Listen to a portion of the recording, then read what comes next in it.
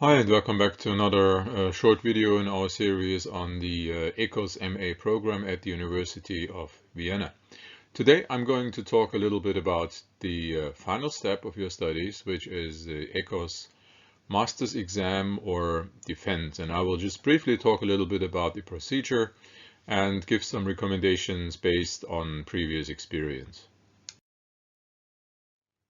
So as you see, that is part of M5. M5 being the final module, altogether 40 ECTS, and the master's exam or defense comes really after the thesis obviously has been submitted and graded, because you have to have something to defend, obviously. If you haven't done so, and frankly, I would be quite disappointed if that was really the case, but anyway, just to be on the safe side, please check our website. You go to the section for MA students, and there you have this subsection, finalize your MA studies at EcoS. The whole procedure is there in various steps, and the ones that refer to the MA exam or defense are steps 5, 6, and 7. There might be some changes in the order or in the numbering, but anyhow, please check the updated version of our website for these. The first basic thought that you should keep in mind is that the exam, although it's called exam, is an actual defense of your thesis. So we are not going to ask you about specific contents of certain courses that you've taken during the program, although of course we expect that since you've taken them that you will make good use of what you learned in order to defend your thesis. That's a different story. There will also be no language exam included. It's really, the focus is on the thesis and on you defending it. It consists of 3 parts, each of which gets assigned 20 minutes, starting with a presentation of your thesis, and then answers to questions from Examiner 1 and Examiner 2. Examiner 1 will typically be also the person who has supervised your thesis.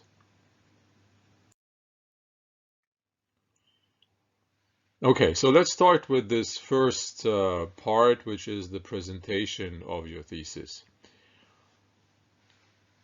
You know that it's coming, and you know what you're going to talk about because you've written your thesis. So you have a lot of time to think about this. Do it. Take a cup of coffee, a nice place where you can think. Find a good time, where you actually have an hour or two to just really think it through. Don't do this in a rush. And then ask yourself a few questions that are actually quite obvious, but sometimes I have the impression that students are so stressed out or focused on other things that they do not seem to have considered this appropriately. So first of all, can you present the whole thesis in 20 minutes?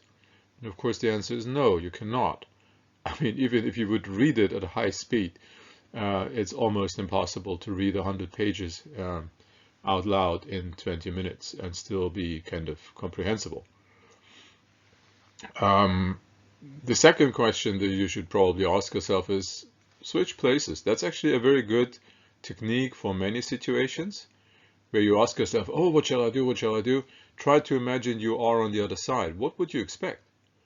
What would you like to see? This is based on the assumption that you and I are more or less similar, and I think that's perfectly reasonable. Not in every detail, of course, but at the end of the day, there are many similarities. So if you would find something interesting, then probably I will find that interesting too, and vice versa. If you would find something extremely boring, then there are pretty good chances that your examiners would actually look at it in the same way. So focus on stuff that is interesting and on something that is expectable, related to the actual task that you have. And remember, we talk about a defense of your thesis. So that's the job. Ask yourself, what would I expect from somebody else if he or she was to defend a paper, a master's thesis or something? Well, some of the answers I have here for you. I always say some because there might be more, right? These are just suggestions and hints. Of course, you're free to think beyond all this. This is not all there is. Okay, but something, I mean, it's kind of obvious. You need to tell us what you've done. We had these admittedly few cases, but we had them where people didn't really tell us what they wrote about. They went right into the topic. Now, that's not how to start a presentation. First of all, you say what you've done. Like, my topic was this and that, and I focused mainly on this or that research question. The puzzle that you wanted to solve. That's the first instance where I can tell you, please focus, okay? Try not to say too much. Sometimes less is more. Listening is a difficult exercise, you know? It's not like reading. When reading, you can jump back and read again. Listening, you basically have one shot at your audience, and the audience has only one chance to understand what you want to say. So keep it simple, keep it focused. I'm not saying keep it simplistic. That's a different story, but try to narrow down what you have to say. Try to digest it and try to present your audience the actual result. So your topic, your research question, they might be extremely long. Is it a good idea to really read them out in the way as you have written them in your paper? I'm not so sure about it. Depends on the research question. In some cases, it might just be a much better idea to formulate it more simply, right? So that people understand what the whole thing actually has been about, right? Yeah, you could say, come on, you have read my thesis. That's true for examiner number 1, definitely. Examiner number 2 as well. Certainly not the head of the examination committee. And then don't forget that the level of interest and focus between you and us regarding your thesis is naturally very different. It's your thesis, you've written it. For you, it's really important. It's your exam. I, as your supervisor and examiner 1 or 2, I might have read your thesis weeks or months ago, depending on, you know, how long it took you to schedule the exam. Yeah, sure, I do remember quite a lot of it, but will I remember everything? Not necessarily, right? So do not assume that these people sitting in front of you basically have memorized your thesis. That's not the case. Help us, okay? Remind us. And you have a chance now to actually pick things that you regard as the most important and the most essential ones, right? You present the result. Never forget that. You try to sell your product, right? And you want to be successful in doing so. All right. Second point, what have you done? Or how have you done it? Like, you tell us what you did and then you say how you've done it. Same thing applies here as well. So less is more, you know, not too many details. They will just at some point start flowing past our ears and we will have difficulties understanding what you're actually trying to tell us.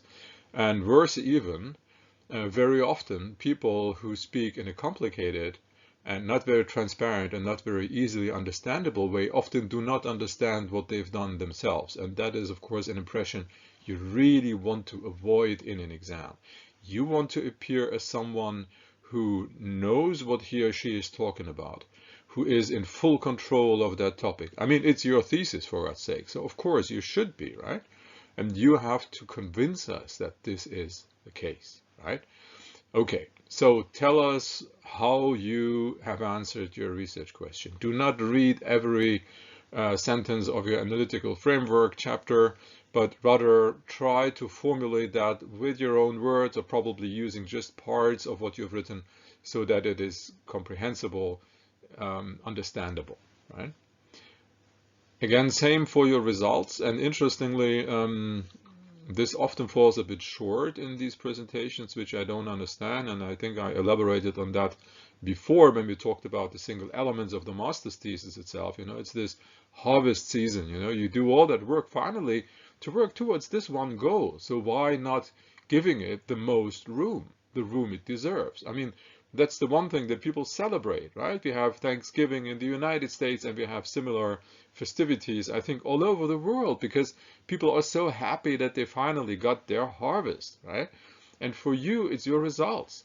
So all that labor, all that going to libraries and reading stuff and playing around with options and then probably discarding them and being frustrated because you lost so much time and then being excited because you found another option to answer it.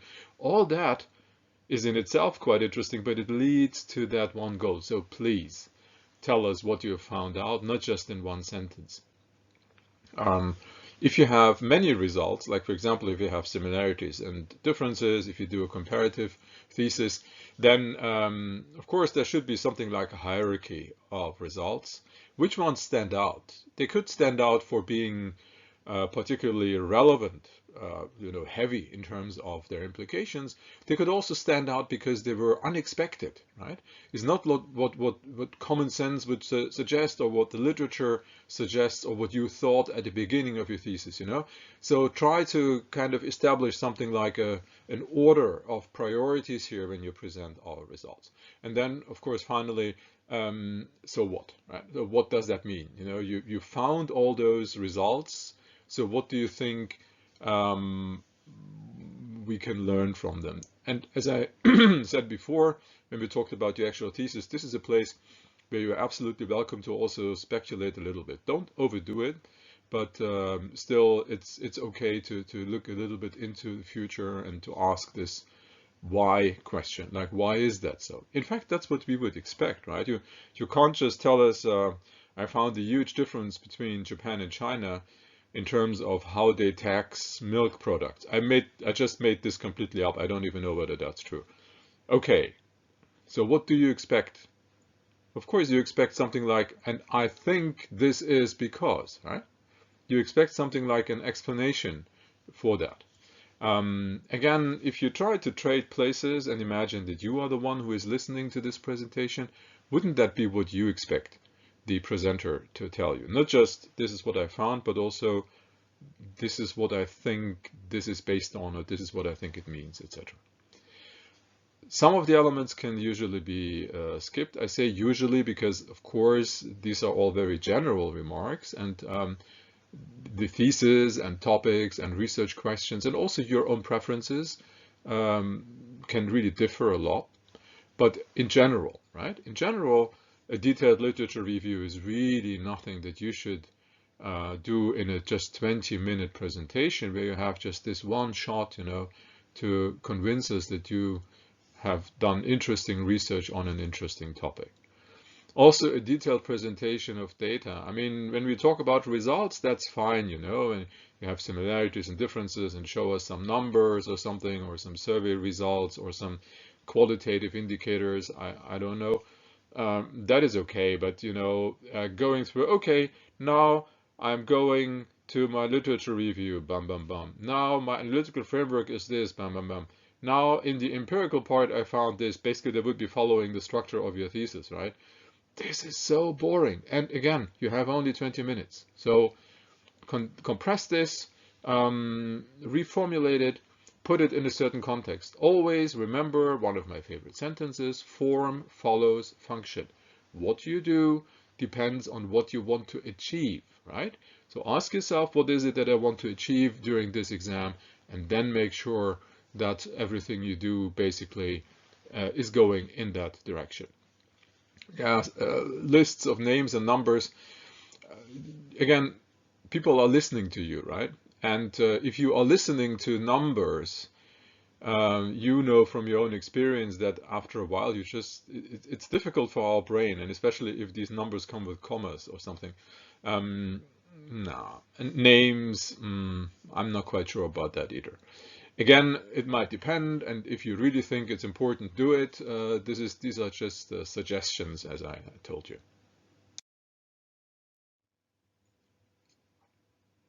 Now, these are commonly made mistakes for the first part, like for the presentation of your thesis. As I already indicated, many students, either for reasons of time or I don't know why actually, forget about harvest. So they focus on what they've done, how they've done it, and then the actual results and what they mean. This is just another 2 minutes, and we as the examiners think like, oh, that's disappointing. Or sometimes students focus too much on the trees and forget to talk about the wood. Like, be focused very much on a specific detail. Let's say, for example, you have 3 case studies that you compared, and you talk too much about just one case study and forget about the others, right? Or just touch upon the others very, very briefly, where we see that you really didn't want to do these other 2, you actually wanted to do only one, like Japan, because that's what you're really interested in. But since EcoS requires you to add another East Asian country, you did so, but you didn't really like that. Look, there's nothing I can do about it. Whether you like it or not, that's your decision. But in your presentation, you shouldn't really let this shine through too much, because again, it's shooting your own foot, right? And it's your foot that's going to hurt based on that. The other thing that you should really not do is go over time. 20 minutes means 20 minutes. When we say 20, we mean 20, not 21. Yeah, look, I'm not going to sit there with a stopwatch, but it does make a bad impression, and it also is something that we actually pay attention to, whether you are following these instructions that you have. And as I said many, many times before, also when we talked about this in seminars and so on, this is a very real life, practical, relevant aspect. Very often you have a certain time slot, not more, right? It's not kind of a dictatorial measure that we invented to torture you and to limit you in your creativity and in your endless wisdom. It's just a very frequent, common thing in the world, that you have a certain period of time and then you have to do whatever you want to do. So please, please stay within these 20 minutes. Actually, if I had to choose between 19 minutes and 21, I would go for 19. 21 is really bad. Or 22 or 23 or 25 for that matter. Okay, now let's just finally very briefly look at the answers to questions from the 2 examiners. The one thing that you know if you read our webpage is that the questions from examiner number 1 will be sent to you in advance, and not just a day before, but typically they will arrive together with the actual grading form. So again, depending on what the gap is between grading your thesis and the actual defense, we talk about weeks or months of time. This is not a coincidence, okay? This is not a coincidence. I do not send you these questions so early just because I want to get rid of them. I send them to you, or the other examiner 1, depending on who is your supervisor, sends them to you because you are expected to provide high quality answers. And that means time. Yes, sure. It costs you time and energy. You get 5 ECTS credits for that one exam. So just think about it, right? We do expect you to invest hours and in reading and thinking into answering, especially the questions that you know in advance. The others, of course, they are answered spontaneously. So please do not underestimate that, okay?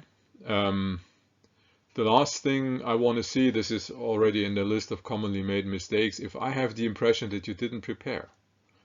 Frankly, I find this a little offensive. You know, I send you these questions and you just file them and think, yeah, whatever.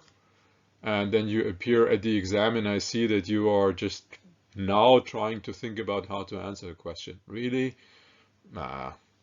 I mean, I'm not saying that it's impossible. If you're really brilliant and in full control of your topic, sure, it's possible to give a good answer and then you will get a good grade. But very often, when the answer is really disappointing, I wonder, you know, whether you really have used all the options that we gave you to make your life easier, including knowing the questions in advance. So please do that, okay?